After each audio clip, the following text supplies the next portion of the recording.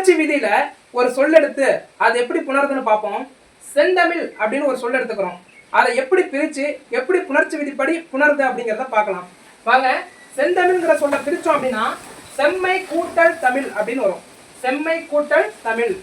அதை பார்க்கும்போது ஈறுபோதல் விதிப்படி மை, செம்மைங்கிற வார்த்தையில ஈறுல அதாவது கடைசியில இருக்கிற மை கெட்டு போயிடும். ஈறுபோதல் விதிப்படி மை கெடும். அடுத்தபடியா பார்த்தோம்னா இந்த செம் கூட்டல் தமிழ் அப்படிங்கிறது இருக்கும். இந்த வார்த்தை அடுத்த எந்த விதிப்படி மாறுது அப்படின்னா முன்னின்ற மெய்திரிதல். முன்னின்ற மெய்திரிதல் அப்படிங்கிற விதிப்படி இந்த செம் கூட்டல் தமிழ் அப்படிங்கிற வார்த்தை மாறி செந்தமிழா உருவாகுது. எதுல முன்னின்ற மெய், எதற்கு முன்னின்ற மெய் அப்படின்னு சந்தேகம் வரலாம். சரிங்களா? எங்க முன்னின்ற மெய்னா நிலைமொழியை தொடர்ந்து, அதாவது முதல்ல இருக்க வார்த்தை நிலைமொழினும் கூட்டலுக்கு அடுத்ததா வர வார்த்தைய வருமொழி அப்படின்னு சொல்லி இலக்கணத்துல பயன்படுத்துவோம். அந்த நிலைமொழிக்கு அடுத்ததா வர வருமொழி இருக்குது இல்லைங்களா, அந்த வருமொழிக்கு முன்னின்ற மெய். வருமொழிக்கு முன்னின்ற மெய் அப்படின்னா நிலைமொழியோடைய ஈற்றில் இருக்கக்கூடிய மெய்.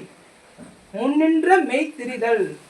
இந்த இம் அப்படிங்கிற மெய்யே திரியுது. திரிதல் அப்படின்னா மாறுறது, ஒன்று மற்றொன்றா மாறி போறதுதான் தெரிஞ்சு போறதுன்னு சொல்லுவோம். இந்த இம்மு இந்தா மாறி இருக்கு.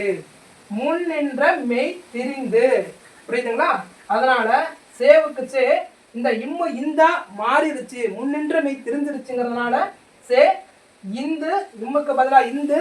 அந்த வருமொழியில இருக்கக்கூடிய தமிழ்ங்கிற வார்த்தை அப்படியே போட்டோம்னா செந்தமிழ் அப்படின்னு சொல்லி சிறப்பா உணர்ந்துருச்சு. இந்த புணர்ச்சியில 2 விதிகள் நம்ம பார்த்துருக்கோம். ஒரே வார்த்தை செந்தமிழ், அது புணர்ந்து வர்றதற்கு 2 விதிகள் பயன்பட்டிருக்கு.